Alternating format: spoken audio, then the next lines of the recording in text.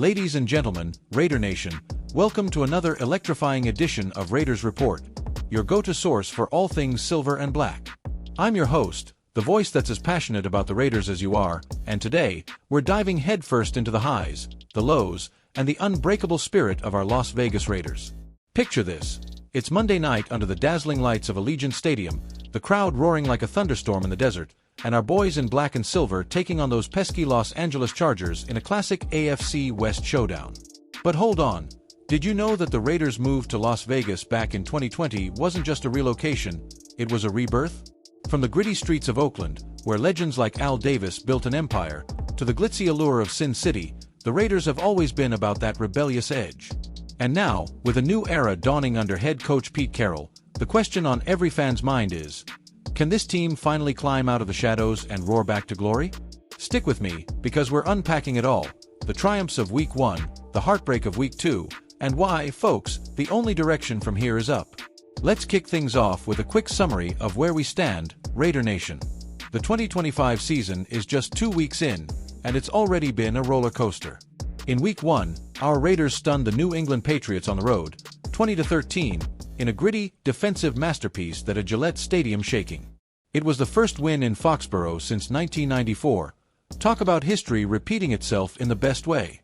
Quarterback Geno Smith, fresh off his trade from Seattle and reuniting with his old coach Pete Carroll, lit up the field with over 350 passing yards and a completion percentage north of 70%. That's franchise history right there, folks. Only a handful of QBs in Raiders lore have done that, and Geno did it in his very first start. Jacoby Myers and the tight end Brock Bowers combined for monster games, hauling in 13 catches for 200 yards. The defense. They held firm, sacking the Pats' QB multiple times and forcing turnovers that sealed the deal. It felt like the old days, when the Raiders' just win, baby mantra actually meant something. But oh, Week 2, that was a different story. Hosting the Chargers on Monday Night Football, the energy was electric, with the Raider Nation turning Allegiant into a sea of black. Yet, despite a valiant effort from the defense that kept us in it, the offense couldn't quite find its rhythm, and we fell short in a tough loss. Geno was out there taking those deep shots, trying to stretch the field like we've never seen from a Raiders QB in recent years. He aired it out to Jeanty Thornton Jr., our speedy rookie wideout, and to the reliable Jacoby Myers, giving them chances to make plays downfield. But the Chargers secondary, led by that opportunistic backfield, swatted away passes and turned potential big gains into incompletions. It was frustrating to watch, no doubt, especially after the promise of Week 1. Still, this loss isn't the end, it's a wake-up call. As the headline says, the only direction the Raiders can go from here, and boy, does that ring true. With a 1-1 record, we're right in the thick of the AFC West race, staring down rivals like the undefeated Kansas City Chiefs and those same Chargers. The path forward? It's all about growth, balance, and that unbreakable Raider spirit. Now, let's dive deeper into the main event, the offensive evolution under Pete Carroll and why those shots downfield are both a blessing and a curse. For years, Raider fans like you and me have groaned at the conservative play calling. Remember the Derek Carr era? Solid, sure, but it was all dink and dunk, short passes that rarely tested defenses vertically. We ranked near the bottom of the league in deep ball attempts, averaging just 15 to 20 yards per completion in some seasons. Well, no more. Under Carroll, who's brought his Seahawks flair to Vegas, Geno Smith is slinging it, taking risks, trusting his receivers to go up and get it. In Week 1, it paid off big time. Those shots to Myers and Bowers opened up the run game and kept the Pats guessing. But in Week 2, oof. Geno threw some catchable balls to Thornton and Myers, but the Chargers defended like their playoff lives depended on it. Post-game, Coach Carroll broke it down in his presser, and let me tell you, his words were pure wisdom. Yeah, he took shots, put the ball up and tried to give the guy a chance to make the play, Jeanty Thornton Jr. and Jacoby Myers, and they defended him well. They were back there. In retrospect, it looked like it was really difficult to be hopeful, and he was trying to make something happen, Carroll said. That's vintage Pete, honest, supportive, and always looking ahead.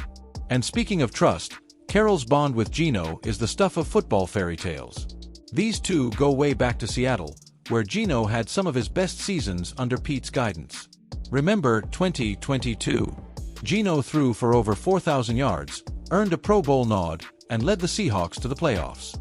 Even then, there were growing pains, interceptions on deep throws, timing issues with new receivers.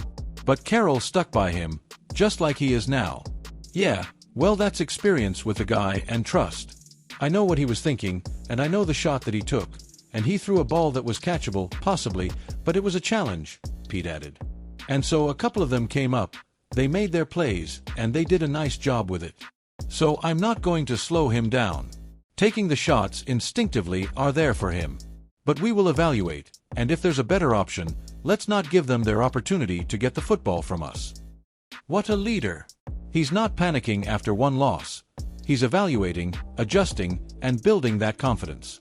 Gino himself echoed that sentiment after the game, talking about the need for balance. We got to have balance, but we can pass on anybody. We know that. But it's not about what we can do in the pass game. It's about what we can do as an offense collectively. Again, balance is the key to anything on offense, Smith said.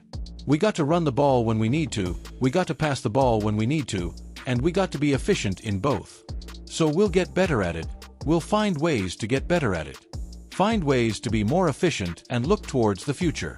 I think we have got a lot of good things ahead of us. We just got to work out. Let's zoom in on the key players making this magic, or the mistakes, happen. Start with Geno Smith, our gunslinger from West Virginia. At 34 years old now, Geno's not the young buck anymore, but he's got that veteran poise. Drafted in the second round by the Jets back in 2013, he bounced around New York, the Giants, Seattle, before landing in Vegas this offseason. Reuniting with Carroll? It's like peanut butter and jelly. In Week 1, he completed 28 of 38 passes for 352 yards. No picks, 1 TD. That's efficiency. But Week 2 saw 2 interceptions on those deep shots, dropping his rating to around 75. Still, his arm strength is elite. He's averaging 12 yards per attempt already, up from the Raiders' 9.5 last year. Experts are buzzing. Former NFL QB Kurt Warner said on his podcast, Geno's got that gunslinger mentality now with Carroll scheming for him. If he cleans up the turnovers, this offense could average 25 points a game. Fictional? Nah, that's straight from the headlines, but imagine Warner calling it live. And made the playoffs. Under Carroll, with his 170-plus NFL wins, we're trending up. Trivia time. Did you know the Raiders' pirate logo was designed by a fan in 1963? Or that Bo Jackson's Bo Knows ads in the 80s connected us to pop culture gold? Even today, with Vegas's entertainment scene, stars like Tom Brady, now a part owner, are hyping the team. Current events. As the NFL navigates schedule changes amid labor talks, the Raiders are that wild card story everyone's watching. Of course, no report's complete without some fictional interviews to bring it alive. Let's pretend we're in the locker room. Imagine sitting down with Geno Smith. Man, Week 2 stung, but that's why we practice. Pete's got us believing, we're not just passing, we're attacking. Tell Raider Nation, watch us run the table in the division. Or Coach Carroll, with that infectious energy, these young guys like Thornton? They're the future. We've got the pieces, now it's about execution. Silver and black, your support is our fuel. And from a die-hard fan at the tailgate, I've been cheering since Oakland days, through the losses, the moves.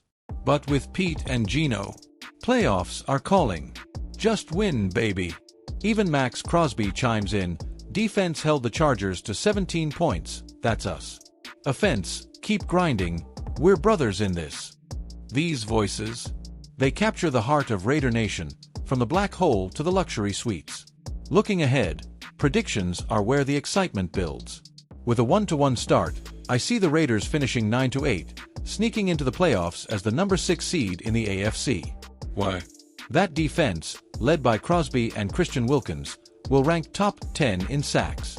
Offensively, once balance clicks, say, 150 rush yards per game paired with 250 passing, will exploit divisional foes.